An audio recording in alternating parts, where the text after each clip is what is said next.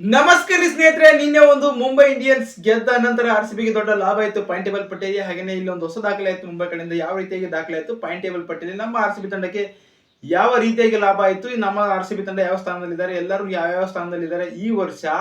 IPL point table ಪಟ್ಟಿ ನೋಡಿದ್ರೆ ಖುಷಿ ಆಗ್ತಾ ಇದೆ, ಯಾಕಂದ್ರೆ ಎಲ್ಲರೂ 2 ಪಾಯಿಂಟ್ ಗೆದ್ದಿದ್ದಾರೆ ಅಂತ ಹೇಳ್ಬೋದಾಗಿದೆ.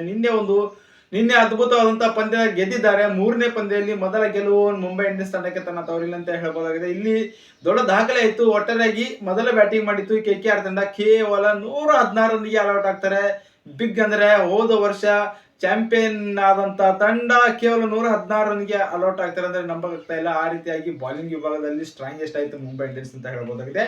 ಇಲ್ಲಿ 12.2 ಓವರ್ ನಲ್ಲಿ 121 ರನ್ ಮಾಡುವ ಮುಖಾಂತರ ಗೆಲುವು ಸಾಧಿಸಿಕೊಂಡಿದ್ದಾರೆ ಮುಂಬೈ ಇಂಡಿಯನ್ಸ್. ಹೊಸ ದಾಖಲೆ. ಅಶ್ವಿನ್ ಕುಮಾರ್ ಅವರು ಸಖತ್ತಾಗಿ ಮೊದಲ ಪಂದ್ಯದಲ್ಲಿ 4 ವಿಕೆಟ್ ಪಡೆಯುವ ಮುಖಾಂತರ ಒಂದು ಹೊಸ ದಾಖಲೆ ಬರೆದಿದ್ದಾರೆ. ಈ ಸಾಧನೆ ಮಾಡಿದ ಮೊದಲ ವ್ಯಕ್ತಿ ಭಾರತೀಯ ಆಟಗಾರ ಅಂತ ಕೂಡ ಹೇಳ್ಬೋದಾಗಿದೆ. ಯಾಕಂದ್ರೆ ಮೊದಲ ಪಂದ್ಯದಲ್ಲಿ ಅಂದ್ರೆ ಡೆಬ್ಯೂ ಪಂದ್ಯದಲ್ಲಿಯೇ ಮೊದಲ ಎಸೆತದಲ್ಲಿ ಮೊದಲ ವಿಕೆಟ್ ಪಡೆಯುವ ಮುಖಾಂತರ ಒಂದು ಅದ್ಭುತವಾದಂತಹ ಕಂಬ್ಯಾಕ್. ಅಂದ್ರೆ ನಾನು ಒಂದು ಒಳ್ಳೆ ರೀತಿಯಾಗಿ ಬಾಲಿಂಗ್ ಮಾಡಬಲ್ಲೆ ಎನ್ನುವ ರೀತಿಯಾಗಿ ತೋರಿಸ್ಕೊಟ್ಟಿದ್ದಾರೆ.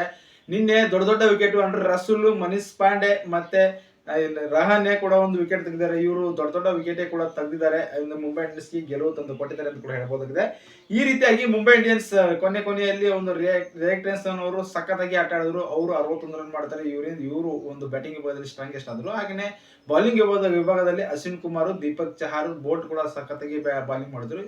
ಇದೇ ಕಾರಣದಿಂದ ಮುಂಬೈ ಇಂಡಿಯನ್ಸ್ ಗೆದ್ದು ಪಾಯಿಂಟ್ ಟೇಬಲ್ ಪಟ್ಟಿಯಲ್ಲಿ ಮತ್ತೆ 6ನೇ ಸ್ಥಾನಕ್ಕೆ ಏರಿದ್ದಾರೆ, ಕೊನೆ ಸ್ಥಾನದಲ್ಲಿದ್ದವರು.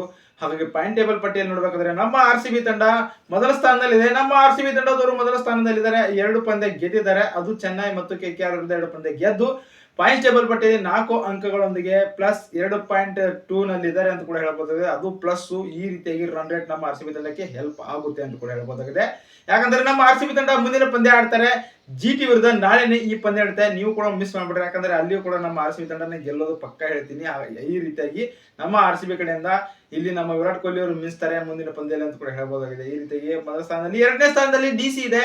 DC ಕೂಡ ಸಖತ್ತಿಗೆ ಆಟ ಆಡಿದ್ರೆ 2 ಪಂದ್ಯದಲ್ಲಿ 2 ಗೆಲುವು ಅವ್ರ ಕಡೆಯಿಂದ. ಒಂದು ಒಳ್ಳೆ ರೀತಿಯಾಗಿ ಅಶೋಕ್ ಶರ್ಮಾ ಅವರು ಮೊದಲ ಪಂದ್ಯ ಗೆಲ್ಲಿಸಿದ್ದು ಸೂಪರ್ ಡೂಪರ್ ಆಗಿ ಗೆಲ್ಲಿಸಿಕೊಟ್ಟಿದ್ದಾರೆ. ಹಾಗಾಗಿ ಅವರು 2ನೇ ಸ್ಥಾನದಲ್ಲಿ 1.3 ಇದ್ದಾರೆ ಅಂತ ಕೂಡ ಹೇಳ್ಬೋದು. ಹಾಗೆ 3ನೇ ಸ್ಥಾನದಲ್ಲಿ LSG 2 ಪಂದ್ಯ ಆಡಿದ್ದಾರೆ. 1 ಪಂದ್ಯ ಗೆದ್ದು 1 ಪಂದ್ಯ ಸೋತಿದ್ದಾರೆ. ಅವರು ಕೂಡ 2ನೇ ಸ್ಥಾನದಲ್ಲಿ ಪ್ಲಸ್ 0 ಪಾಯಿಂಟ್ ನಲ್ಲಿ ಇದ್ದಾರೆ ಅಂತ ಕೂಡ ಹೇಳ್ಬೋದಾಗಿದೆ. ಇವರು 3ನೇ ಸ್ಥಾನದಲ್ಲಿ ಇದ್ದಾರೆ. 4ನೇ ಸ್ಥಾನದಲ್ಲಿ GT ಇದೆ. GT ಕೂಡ ಸಖತ್ತಾಗಿ ಆಟ ಆಡಿದ್ದಾರೆ. 2 ಪಂದ್ಯ ಆಡಿದ್ದಾರೆ. 2 ಪಂದ್ಯದಲ್ಲಿ 1 ಗೆದ್ದಿದ್ದಾರೆ. ಹಾಗಾಗಿ ಅವರು ಕೂಡ ಪ್ಲಸ್ 5 ನಲ್ಲಿ ಇದ್ದಾರೆ. ಇವರು 4ನೇ ಸ್ಥಾನದಲ್ಲಿ. 5ನೇ ಸ್ಥಾನದಲ್ಲಿ ಪಂಜಾಬ್ ಇದೆ. ಅವರು ಕೇವಲ 1 ಪಂದ್ಯ ಆಡಿದ್ದಾರೆ. 1 ಪಂದ್ಯ ಗೆದ್ದಿದ್ದಾರೆ. ಅಲ್ಲಿ ಶ್ರೇಯಸ್ ಅಯ್ಯರ್ ಅವರು ಸಖತ್ತಾಗಿ ಆಟ ಆಡಿ ಗೆಲ್ಲಿಸಿದ್ದಾರೆ. 97 ರನ್ ಮಾಡುವ ಮುಖಾಂತರ ಅಲ್ಲಿ ಪಂಜಾಬ್ ತಂಡಕ್ಕೆ ಗೆಲುವು ತಂದು ಕೊಟ್ಟಿದ್ದಾರೆ ಅಂತ ಕೂಡ ಹೇಳಬಹುದಾಗಿದೆ. ಇವರು ಕೂಡ ಪ್ಲಸ್ 5 ನಲ್ಲಿ ಇದ್ದಾರೆ. ಇವರು 5ನೇ ಸ್ಥಾನದಲ್ಲಿ. 6ನೇ ಸ್ಥಾನದಲ್ಲಿ MI ಬಂದು ಕೂತಿದ್ದಾರೆ. MI ದವರು 3 ಪಂದ್ಯ ಆಡಿದ್ದಾರೆ. 3ರಲ್ಲಿ 2 ಸೋಲು 1 ಗೆಲುವು. ನಿನ್ನೆ ಗೆದ್ದು ಒಂದು ಹೊಸ ದಾಖಲೆ ಕೂಡ ಬರೆದ್ರು. ಈ ರೀತಿ 6ನೇ ಸ್ಥಾನದಲ್ಲಿ ಇದ್ದಾರೆ ಅಂತ ಕೂಡ ಹೇಳ್ಬೋದಾಗಿದೆ. ಹಾಗೆ 7ನೇ ಸ್ಥಾನದಲ್ಲಿ CSK 3 ಪಂದ್ಯ ಆಡಿದ್ದಾರೆ. 2 ಪಂದ್ಯ ಸೋತಿದ್ದಾರೆ. ಇವರು ಕೂಡ ಮೈನಸ್ ನಲ್ಲಿ ಬಂದಿದ್ದಾರೆ. -7 ನಲ್ಲಿ ಇದ್ದಾರೆ. ಹಾಗೆ 8ನೇ ಸ್ಥಾನದಲ್ಲಿ SRH ಇದ್ದಾರೆ. ಅವರು ಕೂಡ 3 ಪಂದ್ಯ ಆಡಿದ್ದಾರೆ. 1 ಗೆಲುವು 2 ಸೋಲ್ತಿದ್ದಾರೆ. ಹಾಗೆ -8ರಲ್ಲಿ ಇದ್ದಾರೆ. ಇಲ್ಲಿ SRH ಕೂಡ 2 ಪಾಯಿಂಟ್ ಇದಾವೆ ಅಂತ ಕೂಡ ಹೇಳ್ಬೋದಾಗಿದೆ. ಹಾಗೆ ರಾಜಸ್ಥಾನ್ ರಾಯಲ್ಸ್ ಅವರು ಕೂಡ 3 ಪಂದ್ಯ ಆಡಿದ್ದಾರೆ. 2 ಸೋಲು. ಅವರು ಕೂಡ 1 ಗೆಲುವು ಪಡೆದಿದ್ದಾರೆ. ಅವರು -2 ನಲ್ಲಿದ್ದಾರೆ. -2 ನಲ್ಲಿ 1.2 ನಲ್ಲಿದ್ದಾರೆ ಮೈನಸ್ ನಲ್ಲಿ. ಹಾಗಾಗಿ ಅವರು ಕೊನೆಯ 2ನೇ ಸ್ಥಾನದಲ್ಲಿದ್ದಾರೆ.